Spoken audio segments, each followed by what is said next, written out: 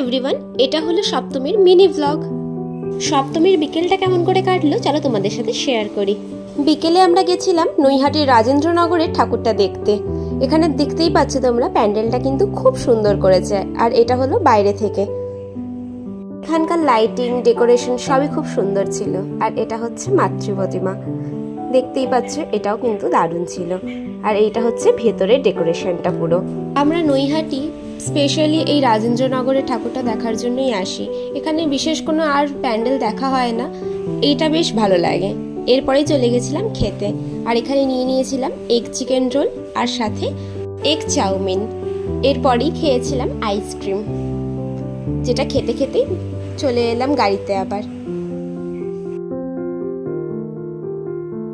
এরপর চলে গেছিলাম আমাদেরই বাড়ির খুব কাছে, এখানে আরও দুটো বড় বড় প্যান্ডেল হয়েছে সেগুলো দেখার জন্য। এখানে কিন্তু বরাবরই আমরা দেখে এসেছি বেশ ছোটোখাটোর ওপরে প্যান্ডেল করে, কিন্তু এবারই দেখছি বেশ সুন্দর আর বড় করে প্যান্ডেল করেছে এরা। লাইটিংটা দেখো কত সুন্দর করেছে, তাই এটারও একটা ভিডিও নিয়ে নিলাম।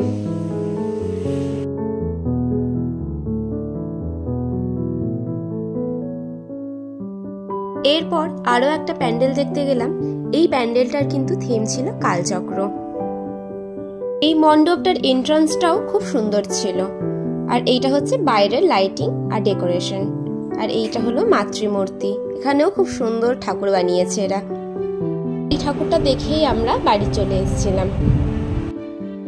এই হলো আমার সপ্তমীর লুক, কেমন লাগছে জানিও। দেখা হবে এর পরের ভিডিওতে, অষ্টমীর ব্লগে। ততক্ষণ খুব ভালো থাকো, সুস্থ থাকো, টাটা।